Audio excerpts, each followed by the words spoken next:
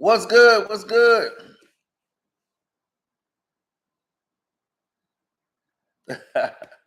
What's good people? I see you.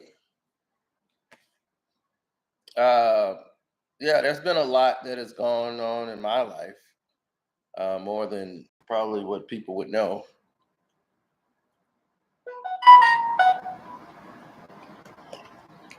Some people got notifications, which is a good thing. Very blessed to have that appear right now. But let's talk about the scenarios. Let's talk about the expectations. Let's talk about everything they want to talk about that doesn't have any weight in the real world. So you think. You think a lot of us will rather assume that because you make a lot of money in the NBA, your voice could be heard, or you're a popular figure. Your voice can be heard. You can say what you want to say, and that would just ride, right?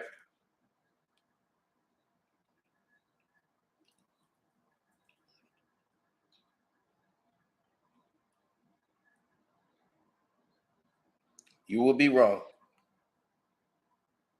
All of you would be dead wrong.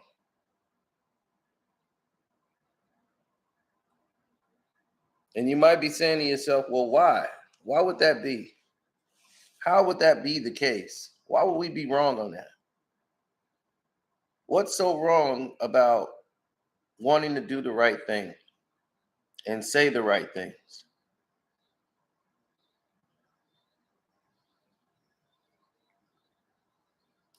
Recap, Rico. You've already jumped ahead of where I was going to go, but I'm glad you brought it up. So we'll just start there. The incident with the China and Daryl Morley. Daryl Morley spoke on a situation that had nothing to do with the National Basketball Association. He spoke on an issue that had something to do, and only exclusively had something to do with China. Did not pertain to sports, people fighting within China for their independence. He decided to speak out against it.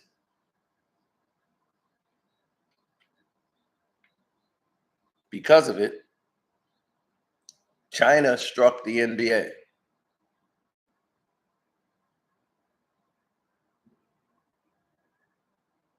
Struck them real hard.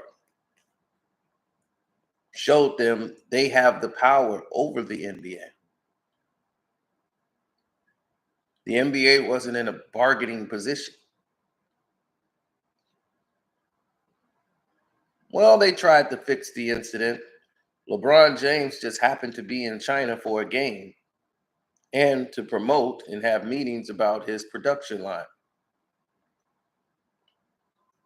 Once Daryl Morley made these statements and that LeBron finances could be hurt, even though he has enough millions to last him a lifetime, LeBron James angrily went after Daryl Morley. Didn't care about the human rights or what he was fighting for. It became all about what LeBron wanted in that moment in time. So, due to that, the NBA was forced to react. And because they were forced to react, players had a shut up, don't speak on it unless it's coming from me mentality. Now, players take all of the blame for everything that happens in a game. Normally, the people that avoid the blame are the owners. The owners of the team are above criticism. They're above anything that has something that do with taking away from the very thing that makes them.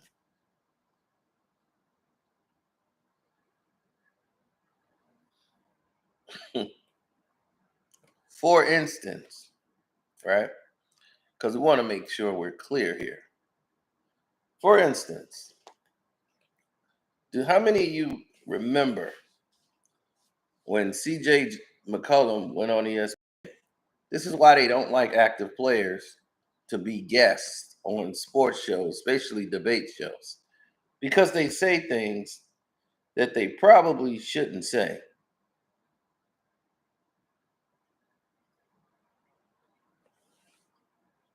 Right?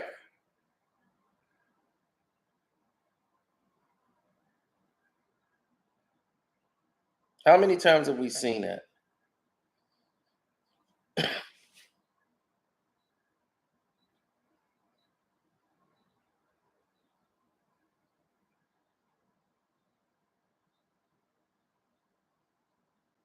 Now, we've seen players take rest days, right? And they blame the player for taking these rest days. Let's listen to CJ McCollum and what he had to say.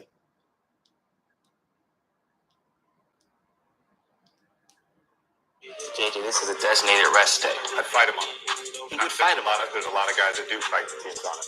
Full disclosure here, I played in Portland for a long time with Dan Miller. Everybody knows that. There was times where we'd go through the calendar and we would be supposed to pick rest days. And Dave and I would look at each other and we would go through designated rest days, right? Back to back, 4 and 5, 5 and 7, whatever the case may be. We would agree to sit games. Game would come up on the schedule. I would look at Dame. He would look at me. I would say, I'm playing that. You playing that? He'd be like, yeah. We would laugh about it because in reality, we sit those games and people think we're sitting healthy. But in reality, the team's job is to protect that 8-figure, 9-figure endorsement. And the way to protect that is to shield us from games where it's considered high risk of injury. It's running hot. That's what this is. All right, hold on. Now,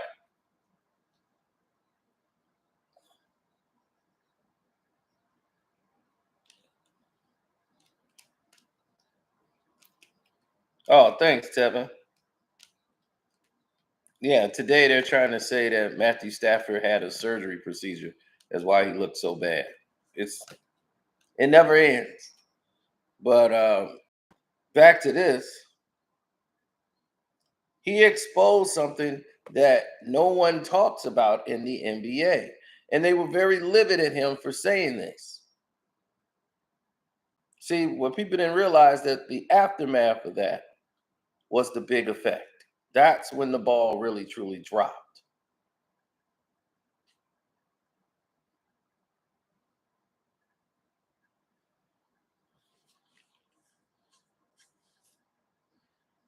Everything went left. And it went left due to the fact that, what in the world? It went left to the fact that people didn't understand how serious what they had done actually literally came to. CJ was not supposed to say that on the air. ESPN knew that they were going to be held liable and responsible for the situation. CJ knew going in that this would be a situation that would be explosive. He was aware of it when he said it, but he knew if I say it, then, it's done, it's done. And he knew, like, man, I've never heard a player speak on this. It's not that they don't want to, it's they're not allowed. And they know they're not allowed to, especially active players. Even retired players know they're not supposed to say these things.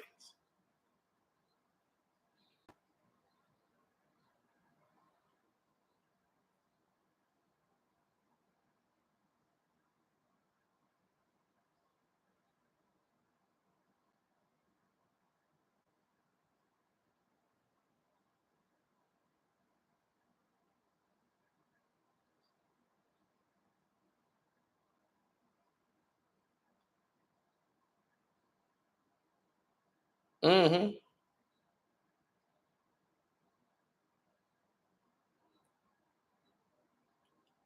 Well, people want to.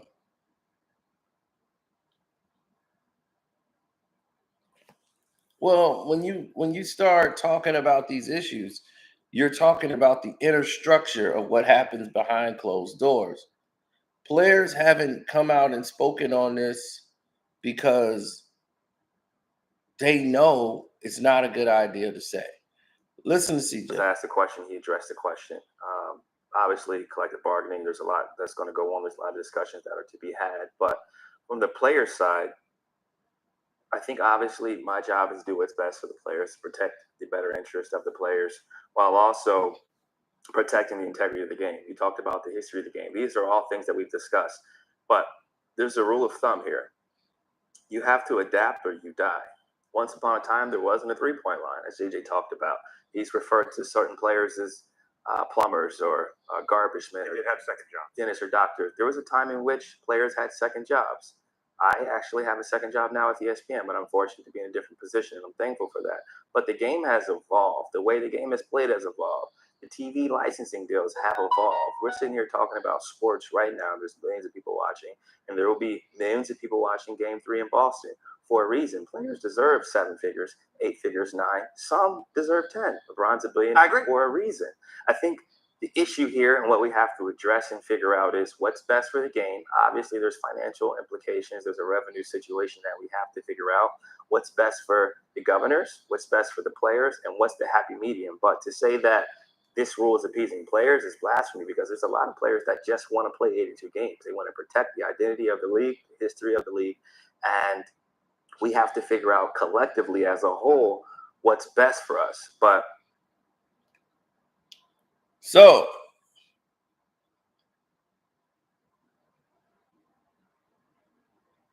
thank you, Callie. Now, what you just heard was something very interesting that was said right there.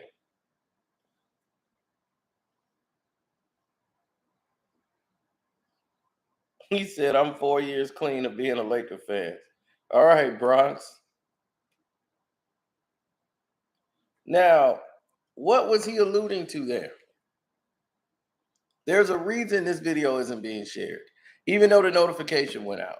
They want to believe 149 people's only watching this. No, because they know this dude's finna say something crazy. When I'm not, all I'm doing is pointing out something that they don't want you to know.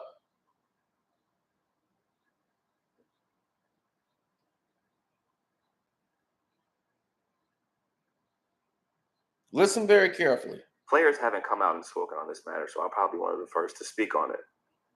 Players have not come out and spoken on this, so I might be one of the first to have ever spoke on it. That's a very telling statement. So I'm probably one of the first to speak on it. Tiffy used appeasing. Players haven't come out and spoken on this matter. I'm probably one of the first to speak on it. Players haven't come out and spoken on this matter, so I'm probably one of the first to speak on it. Players haven't come out and spoken on this matter, so I'm probably one of the first to speak on it. Why is that? Because players know they're not allowed to say certain things. It's in their contract, and it goes against the CBA.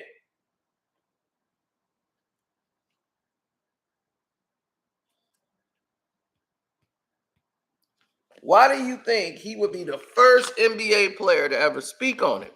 This is why if NBA players want to say things, they go through reporters. They build a rapport with reporters, and they'll leak it to them and say, look, I'm going to give you a juicy bit, but it ain't come from me. So when people say they got sources, oh, they really got sources. There's a lot of NBA stories I can't tell. But it would blow your mind. And it hurts that I can't tell it. But me being loyal to the soil, I can't say nothing. But oh, buddy, would I like to. Oh, God, would I like to tell you.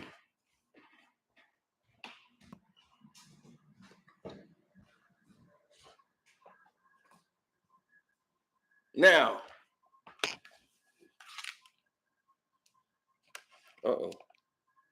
make sure the camera and everything's still together. There's a lot of things that transpired within this NBA that people couldn't speak on. Draymond Green is not allowed to speak on certain issues in the NBA, mainly the issue CJ just brought up in collective bargaining. Most time, players are not privy to a lot of the things that happen, even though they play in the league. Might be rank, might be whatever the case. They're not privy to such information. Now, let's look at the full picture. Why they aren't privy to this information? Why is it being withheld from them? What is the problem?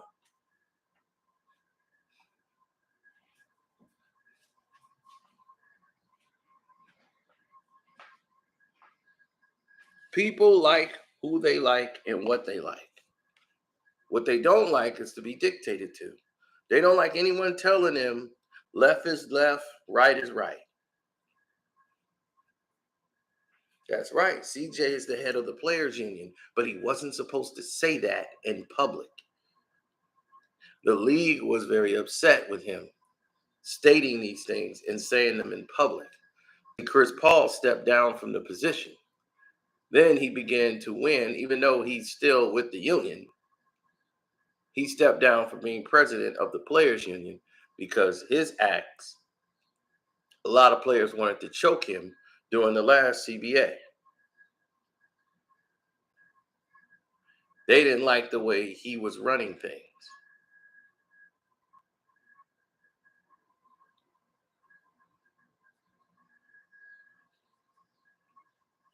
Now, the reason why other players don't talk about it because they know they could be violating their agreements. There's players that's retired right now that probably you wouldn't get a word out of when it came to this situation. Kwame Brown has been retired and out of the league for years. I guarantee you, I don't think we've had this conversation with Kwame Brown. I have not had this conversation with him. I doubt if I can't recall if we did. But I guarantee you, there are things in the NBA that happen that he can't talk about. And he won't talk about. Because, one, the league, there might be written things in that law that you cannot talk about even when you're out of the league.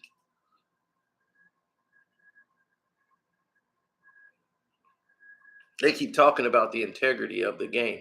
The integrity of the game has been compromised once you start changing the rules around to benefit certain players. Adding the 3-point line brought in revenue. Wouldn't adding a 4-point line or a 5-point line change the dynamic of the game also?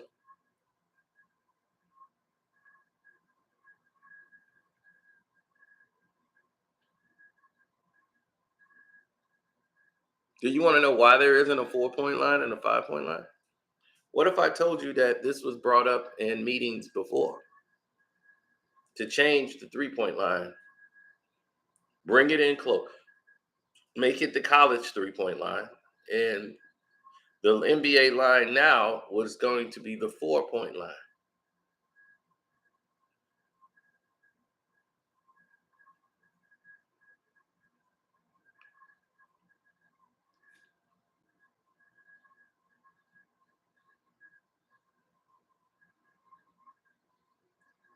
Yeah.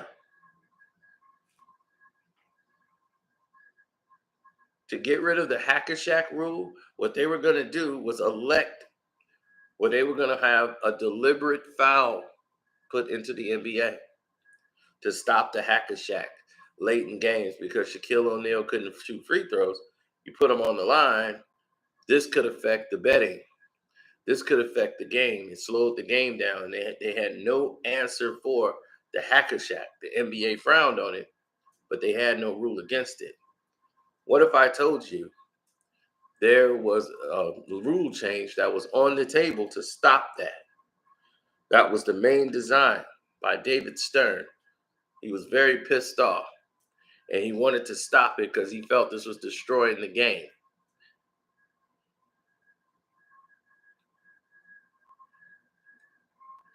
That is correct. That's what the 3-point shot was allowed for, to keep them on the court. Now, this designated or deliberate foul, if something was declared to be a deliberate foul, the other team gets to choose who would shoot the free throws. So if you deliberately, intentionally foul Shaquille O'Neal, the other team could elect someone else to shoot the ball. This is called a deliberate foul.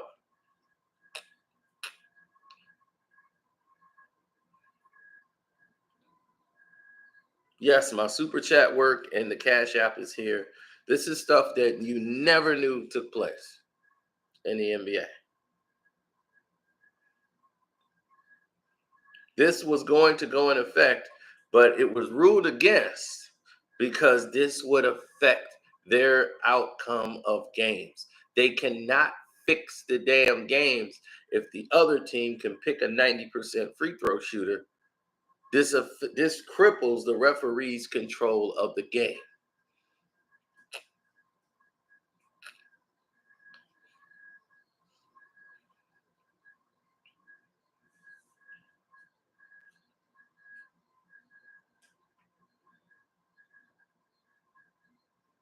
Yes, there's multi-millions of dollars that's incorporated with illegal betting back then. It's even bigger now.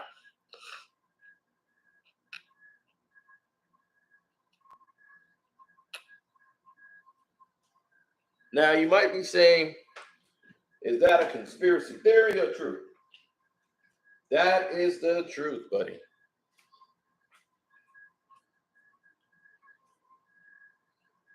Now, the Hacker Shack teams was told, don't do that. That's all it was. It was like the Hacker Shack, the league does not like it, and they will react very harshly to those who continue down this path. To start doing this in like the third quarter and continue it all through 4 quarters, you're lowering the TV value. They were punishing teams by removing television dates from those teams on national TV. A certain team was punished, who was a great team. They lost, because they were doing Hacker Shack, they lost dates on television, which is revenue. The league did not want to see it. So therefore, the refs still maintained control, and there was no deliberate foul rule change.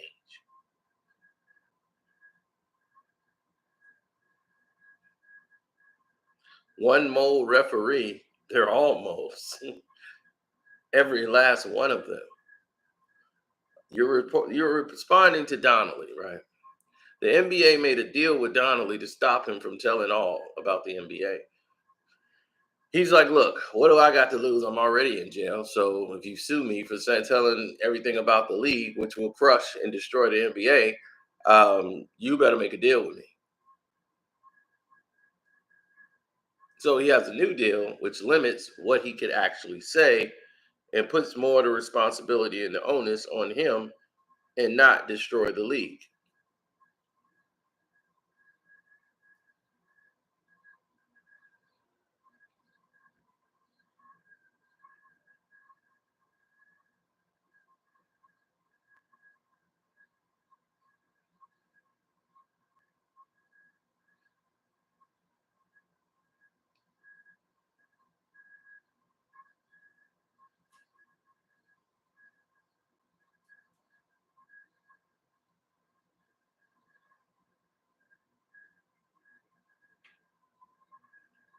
So what CJ brought up is that as players, they have designated rest days. They get to choose which games they want to get rest on and choose which games they want to sit out and play.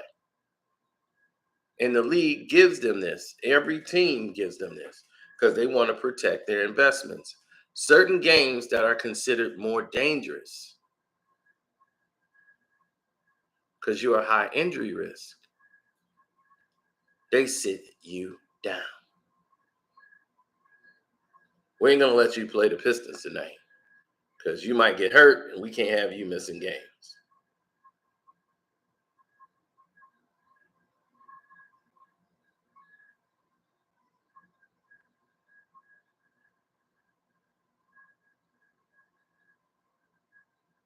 So they figure, okay, let's reduce the games to 75 games. When you reduce games, you're reducing revenue. They're trying to say, well, certain games we're not making money on. But what you're doing is you're putting all of these other teams who are already struggling to make it, period. You're putting them in a bind. And see, the problem is that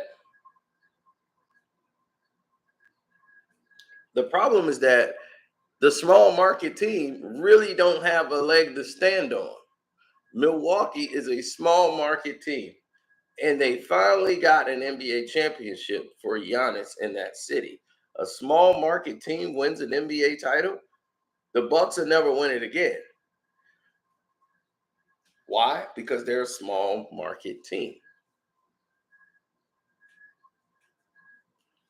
Meaning that they were good for the 80s, but in the 90s, 2000 era, they're a small market. Golden State, Oakland, the Warriors, that anomaly was a small market that turned into a multi-billion-dollar industry because they were able to market the Splash Brothers, Steph Curry, Klay Thompson. They were able to market the entire team, not just the player. So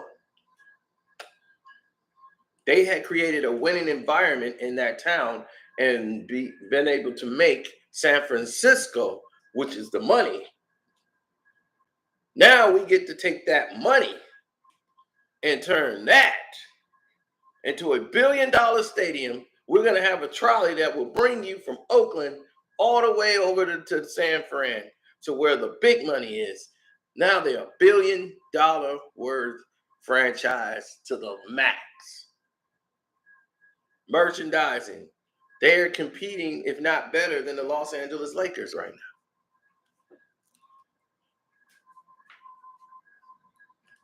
All because they have the winning formula.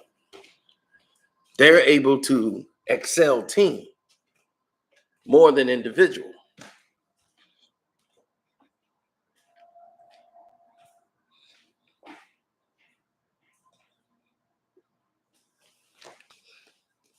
Steph Curry was a two-time MVP and still wasn't getting the proper push in marketing than LeBron James. Kevin Durant came there and had equal marketing, if not more, than Steph Curry. Steph Curry didn't mind. Steph Curry is going to average more money than LeBron James has ever made in the NBA.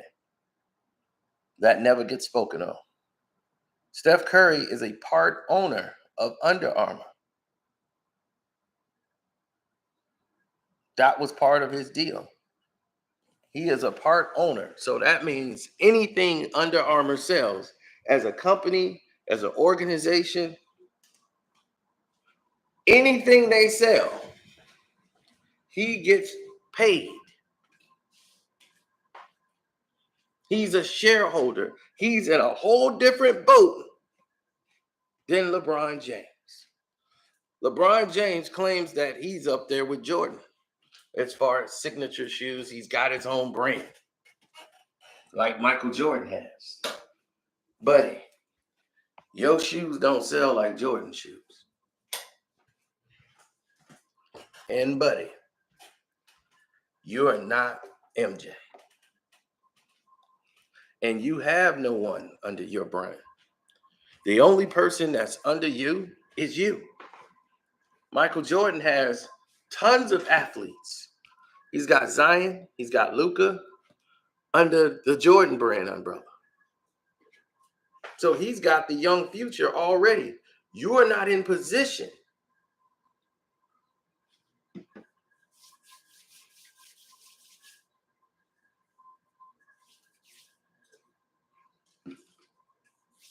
You made me switch rooms. I don't know what you talking about. I just went to get some alcohol.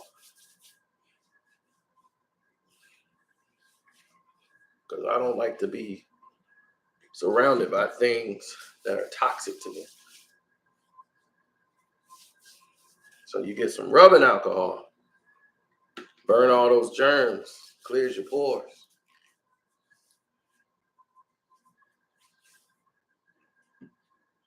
So MJ's got the future. Plus, his shoes sell so much, he don't even need it.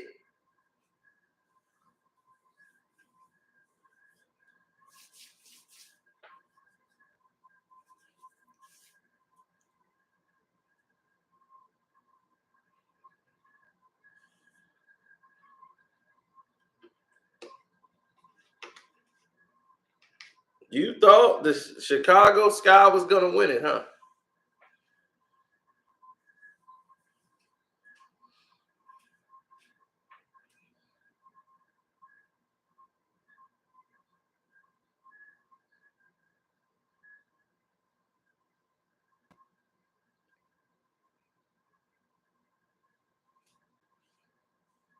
Well, why the Spurs? The Spurs don't have the personality. Everybody was quiet on the team. Tony Parker, the only reason the Spurs were winning championships because they were an international marvel. They were huge in Argentina. They were huge in Turkey. They were huge. The San Antonio Spurs was one of the most glorified teams in the NBA because they were international. You had Ginobili, you had Boris Diaw, you had all of these international players playing on the San Antonio Spurs. And that made them a worldwide commodity, even though we barely cared about them in the United States, because here you had to have personality, you had to have an identity. Tim's quiet, everybody on the team is quiet, Pop's quiet, his interviews are terrible. And, and that was that. So you look at the situation around the world, if you ever travel the world, there everything is different. There they get together and promote. I'm not gonna say family, but no, they promote actual unity, the game. No one player is above the rest. It's about the team. They're about winning. They care about wins and losses and how the team played. To us, Boris Diaw is just a player that was on the Spurs who came off the bench, might score a couple points. Over in his country, they're just glad he was able to play on the team. And he's treated like royalty because he was actually on the team, even if he got in the game or not.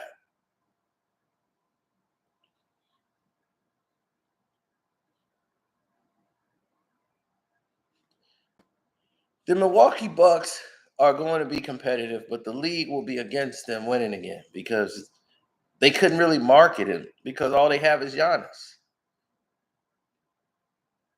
It was huge in Greece when Giannis won the championship. It was huge in Nigeria. It led to a movie for Disney called Rise.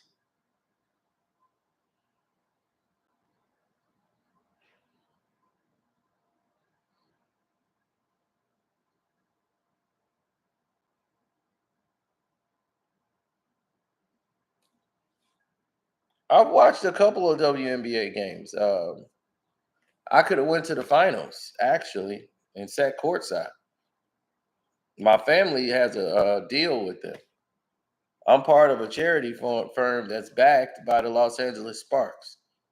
So the other charity foundation my other cousin they got the Chicago Sky. So they have a deal with them. It's just what it is.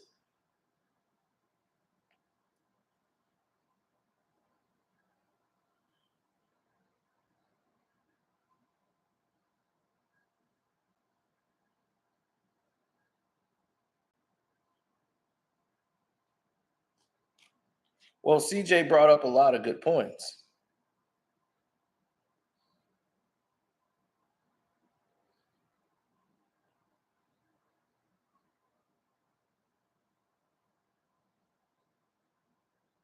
Listen to CJ. I'll say is talked about healthy players sitting out. There's this misconception, if you will, that players just choose to sit out games. JJ played in the league a long time. How often did your staff tell you, JJ, this is a designated rest day? I'd fight him on it. You would fight him on it. There's a lot of guys that do fight the teams on it. Full disclosure here, I played in Portland for a long time with Damian Lillard. Everybody knows that. There was times where we go through the calendar and we would be supposed to pick rest days. And Dame and I would look at each other and we would go through designated rest days, right? Back to back, 4 and 5, 5 and 7, whatever the case may be. We would agree to sit games. The game would come up on the schedule. I would look at Dame, he would look at me. I would say, I'm playing tonight. You playing tonight? He'd be like, yeah. We would laugh about it because in reality, we sit those games and people think we're sitting healthy. When in reality, the team's job is to protect that 8-figure, 9-figure endorsement. And the way to protect that is to shield us from games where it's considered high risk of injury. Running hot. That's what this All right, hold on. See, they had to jump in right away. Listen how ESPN, when he brought up that Stephen A is getting hit, like they cut it short. Like, oh, we got to cut this short right now because we got to get permission. He's saying some things we are not allowed to talk about. He's like, yeah, it's called running high. Of injury. running hot. That's what this All right, hold on. Stephen A, before you jump in really quick, let me just say this. We have 90 seconds and they are all back tomorrow and we're definitely. So right away, they tried to jump right in and stop this entire thing until they got permissions from the NBA.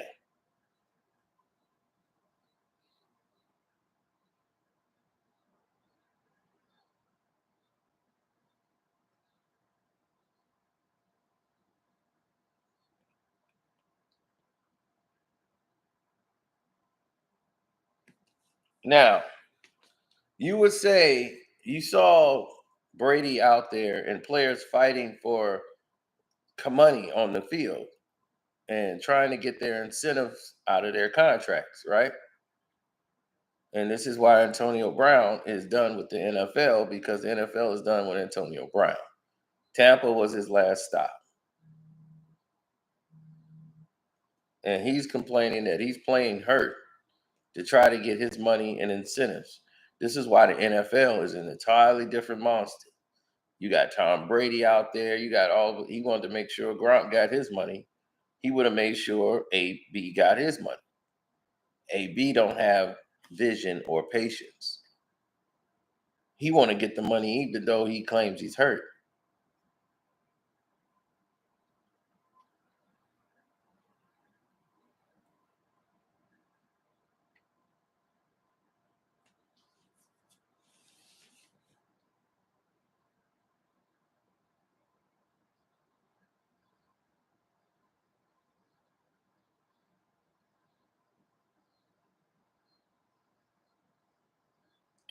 What is a repeat WNBA champion?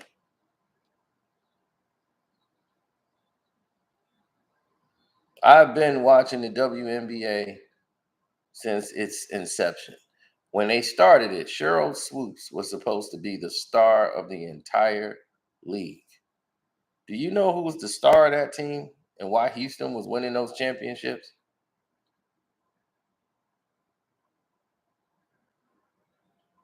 I'm gonna see how anybody know.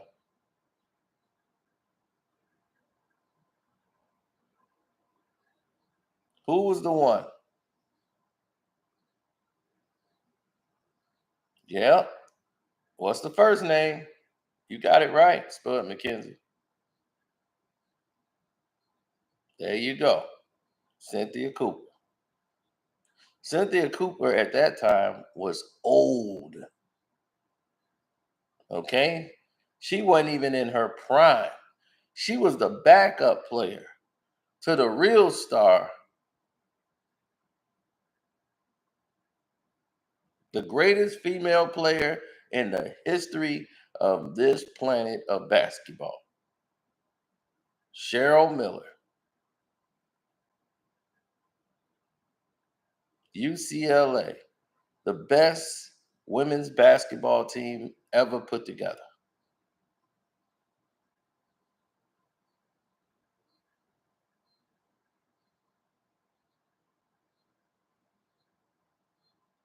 But Cheryl Swoops, oh, she was cute. She had the pretty hairstyle.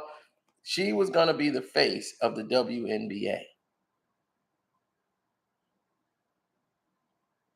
But Cynthia Cooper was a monster. And she had been playing internationally because that's what happened to women. You had to go overseas to play.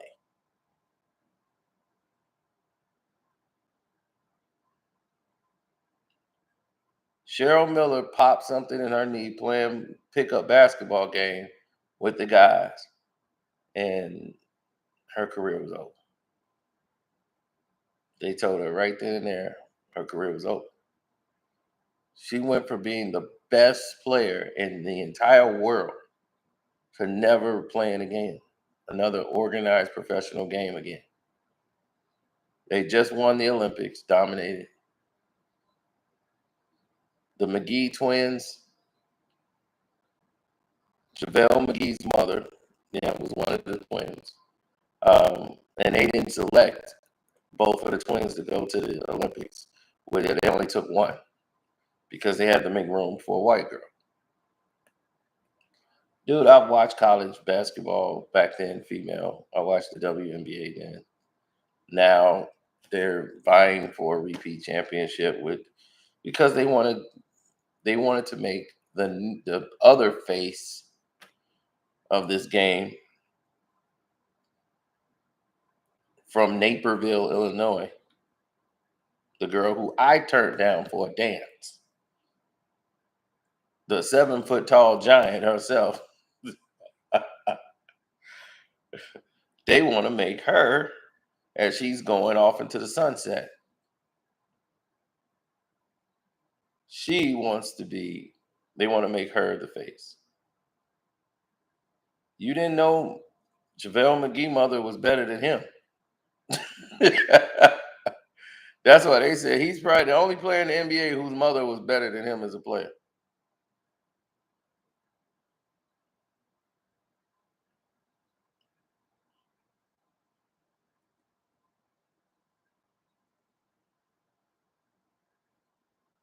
She was way better than him, of course.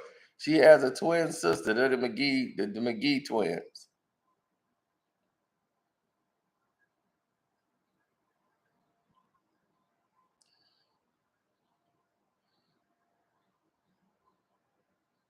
No, I'm older than her. And I'm just like, why are we even here? And why is this girls basketball team here? Like, we were coming, I forgot what we were there for, but I'm like, they shouldn't even be here. These are high school students. But because she's like a super tall giant, I'm just like, man. Like, she looks older than what she was because she was tall. But no, she had no business being there. And she didn't even want to be there. And then it was like, do you want to dance? My friend wants to dance with you. I turn around like, dance? Who? And I look at her face, and she was just so sad looking.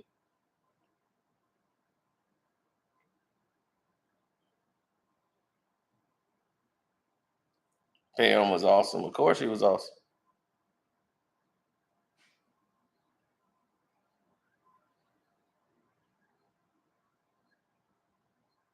Sue Bird.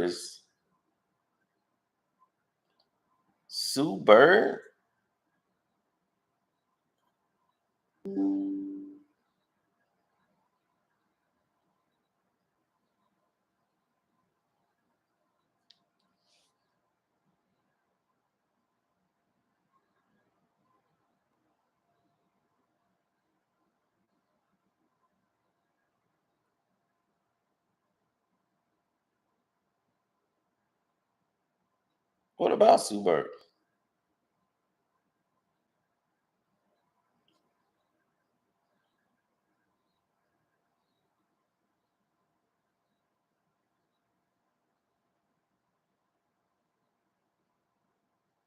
Cappie Poindexter was one of the greatest basketball players for female basketball, especially here.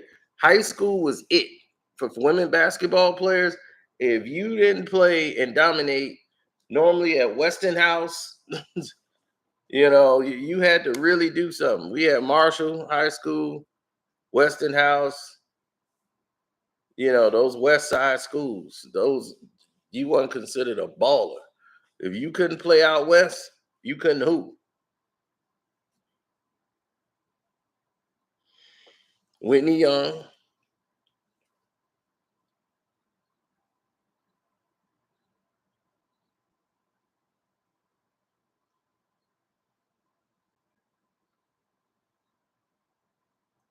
Oh yeah, the Phoenix man. That team is always fighting.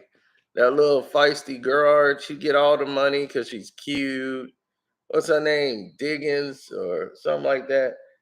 Oh my God, she just needs. She's not as good as she thinks she is.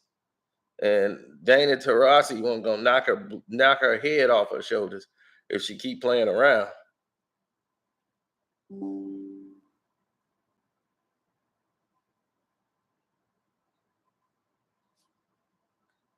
Yeah, Skylar Diggins. That's her. Oh my God. Skylar Diggins thinks she's better than what she really is. She's another cute girl that gets a lot of marketing for being cute. And she feels like everyone's against me, the coach. And she's all playing the liberal politics and she's getting all the sponsorship. Don't nobody really want her.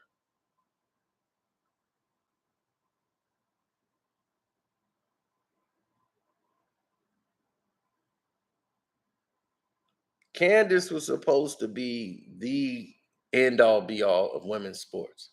When she went to chose Tennessee, you know, Tennessee was the school. You know, you paying for Pat Summit. Pat was gonna make sure everybody was straight. Uh Dana Head, what's his name? Cummins. You had so many great players that came out of Tennessee.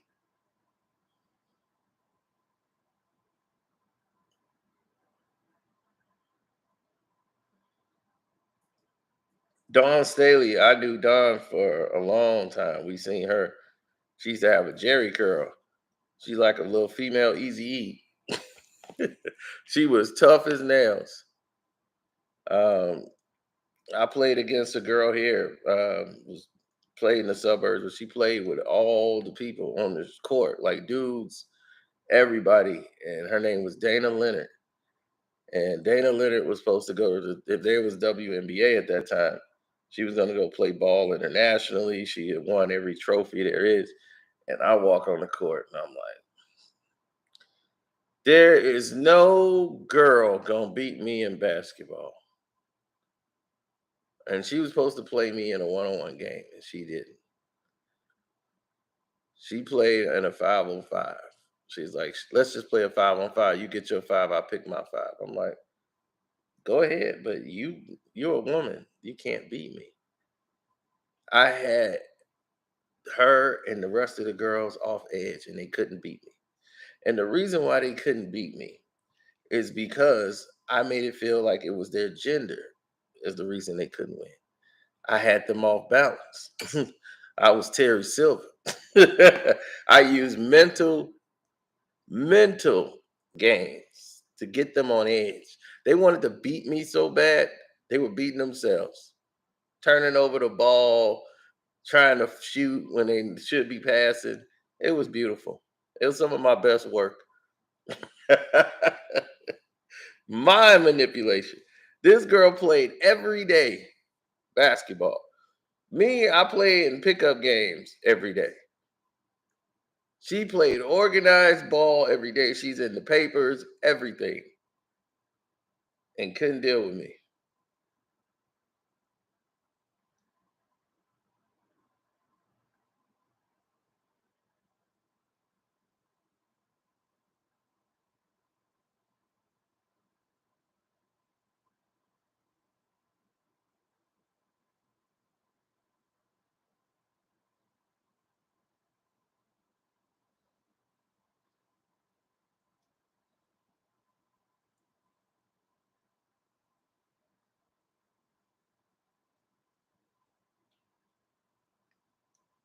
You can't compare the game to when Michael Jordan was playing and when Dr. J was playing, because they changed the rules to make it easier for Michael Jordan. Even though when the rules were the same, Michael Jordan was still scoring 45 points. So it didn't even make a difference. It just made it easier for Michael Jordan once he started winning championships. Um,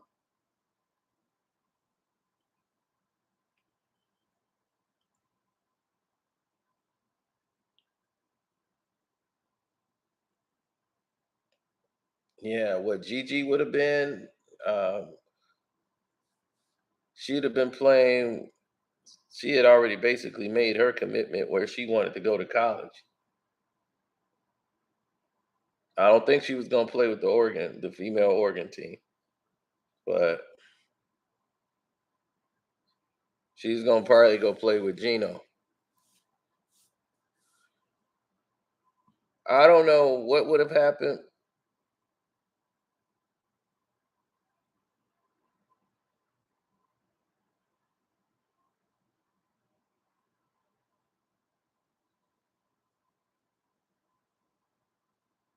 LeBron James never dominated a pickup game. See, this is what people don't know about. LeBron James was never the star in the pickup games. He was the guy in transition. If there's a steal or something, they would throw it up. LeBron would catch it and could do all these dunks. But he was not a player that dominated pickup games, not even in high school. He wasn't the killer of the courts. That wasn't him.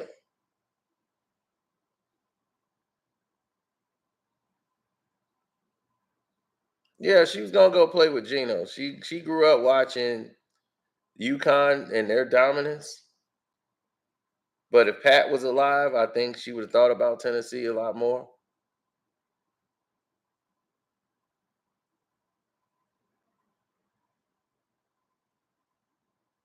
Rebecca Lobo was supposed to be a lot better in the NBA. Just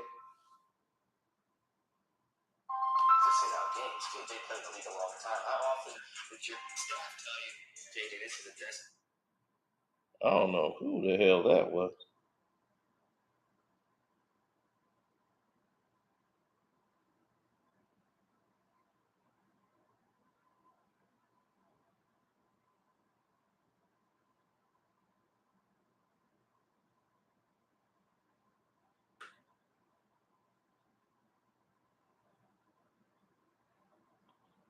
Josh Giddey. Well, Josh Giddey is like,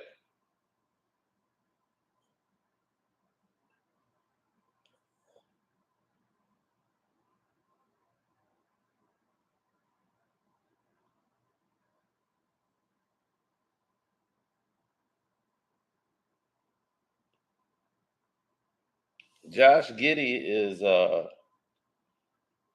they said he's the only,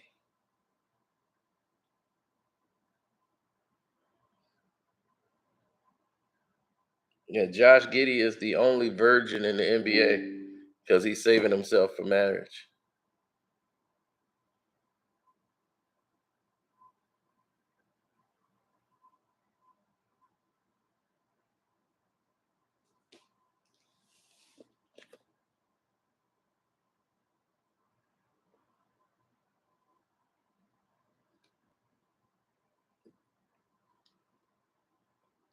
Oh, Josh Giddey said he hasn't had sex yet. So, he's being roasted for being the only dude in the NBA who's not getting any. And the NBA got no chill.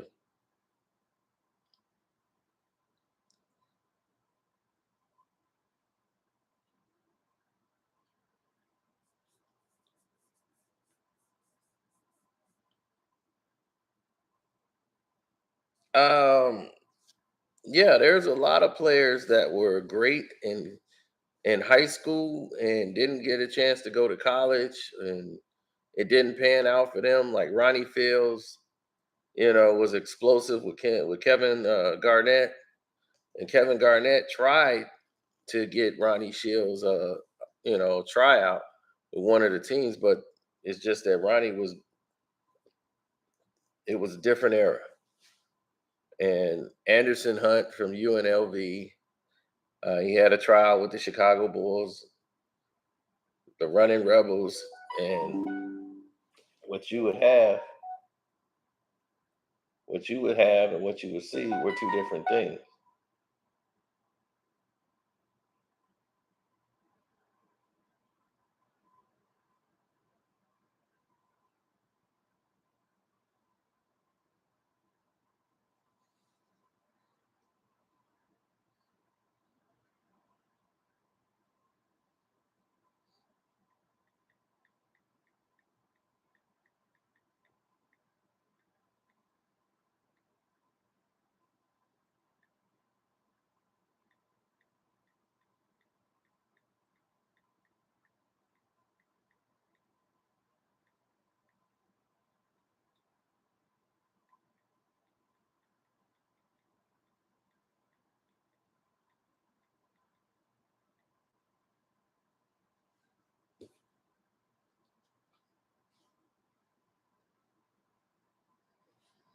Oh, Kwame going for a food review. Okay, that's what's up. Hakeem Olajuwon had better stats. You said, right?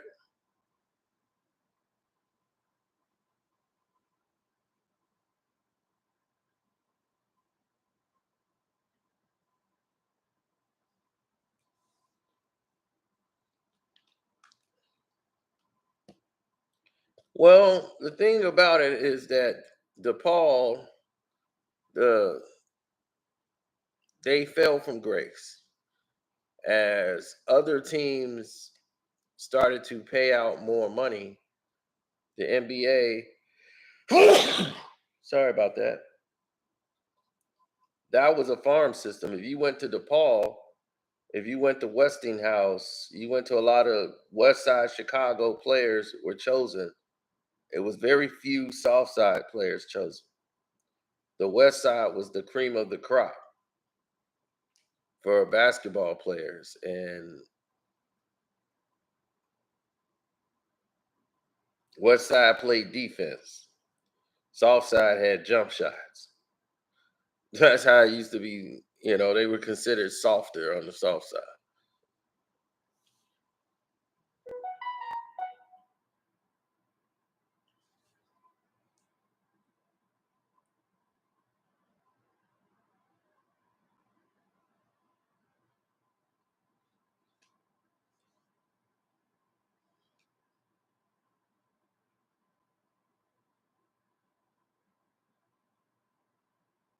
hmm Benji was from the South Side. Went to Simeon. Simeon now seems to be the feeder school to the NBA. With Derrick Rose and a lot of players. If they have a special one, they normally go there. Um, D Wade, it took 3 years of development at Marquette before he was truly ready for the NBA. Most of these players didn't get the.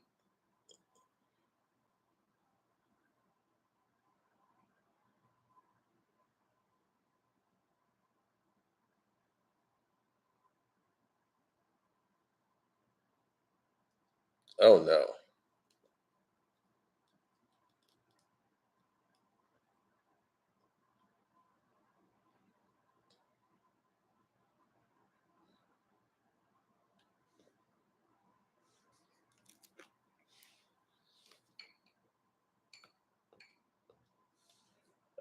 Joey Myers and the Myers, they ran the company the way it should have been at DePaul. Boosters stopped making DePaul what it was. And when DePaul started falling off, they had David Booth, and David Booth was one of those great guys. Marcus Liberty was supposed to go there, and U of I started to accept more, you know, African American players when before the University of Illinois wasn't like that. So U of I decided they was going to get into the ball game, and UIC decided that they were going to compete in letting athletics be a part of what they do. You normally, if you go to UIC, the University of Chicago, you're about serious about a career that isn't basketball. Next thing you know, the UIC Flames are, they're taking basketball serious. It's like, oh, okay. So you got a lot of people that was contending, and a lot of people were going to Michigan, and a lot of people moved away. And once the big fire happened, when Dr. Martin Luther King died, the west side of Chicago never really recovered from that. A lot of businesses left. It became just ashes and broken down homes. And people lived in these broken down homes because they couldn't afford to move anywhere. They didn't have the money. They just had to have resolve to survive and have enough just to get to the next day.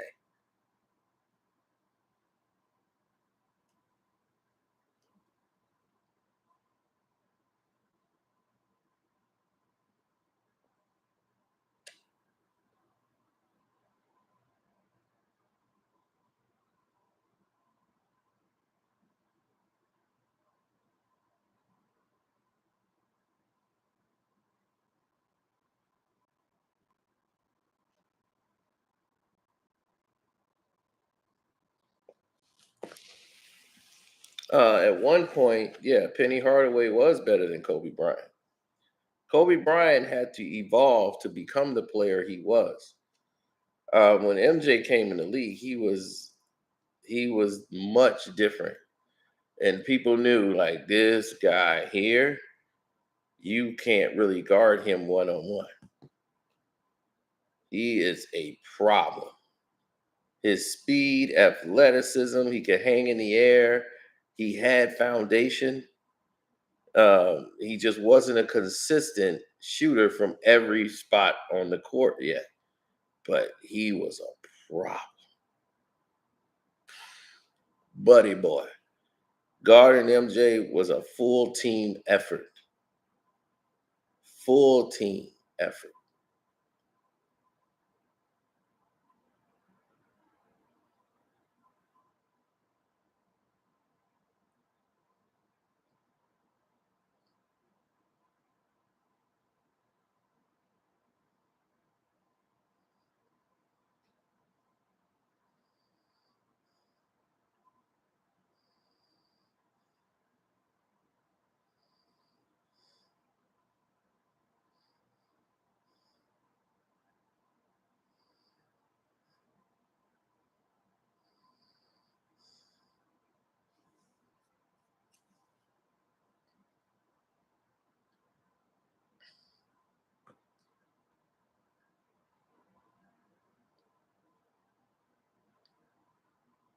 I think you got it wrong. I don't blame any of the players for doing what they do. Like, I don't blame CJ McCollum for being CJ McCollum. Why would I do that? I don't blame any of these players who are not allowed to talk about things that, they're not allowed to talk about. What's up, King Jeffrey? I don't know. Right now, he's going on tour, or he's on tour right now with the Wu-Tang Clan. Busta Rhymes, Nas, and Wu-Tang, they doing a tour right now. So I don't know when King's Disease 3 is dropping. Mace and Cameron is going on tour right now with I think Jadakiss,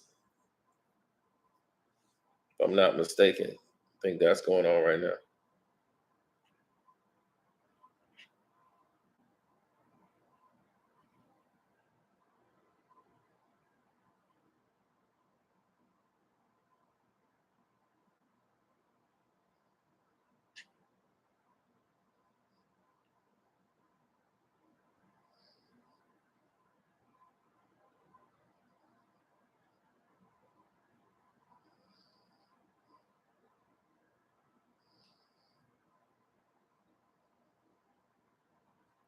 Well, people have to realize something. Society wasn't built in one day. Nothing was designed exclusively for somebody else. Everyone thinks that their way is the best way to do things. Yeah, 4-point shot. MTV had the rock and jock basketball where they would have to shoot hoop way up in the air, and players could shoot at it, and it would get them more points. The NBA didn't want to insult the game to where it would be a novelty, but they wanted to incorporate more European money. European basketball was still making money because those people care about the actual sport. And what they felt like the game was getting too physical, the game had to be changed. It was coming too much like playground basketball, which wasn't attractive to the rest of the people in the NBA. They wanted to see more, more resolve, more skill set being shown. What they didn't want to see was a lot of other people dictating what the sport should actually be.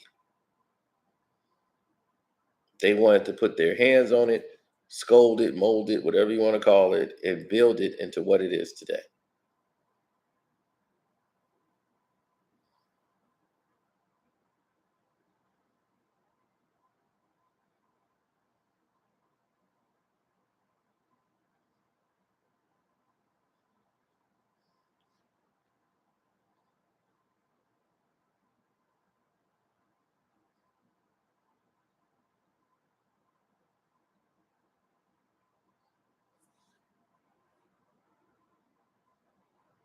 I never felt that way, period. I never really thought I needed to feel that way, but it is what it is.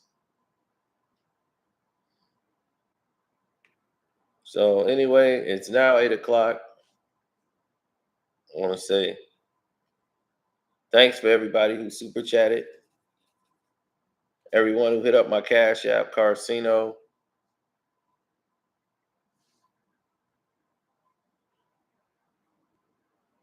God bless. Good night. I'm out.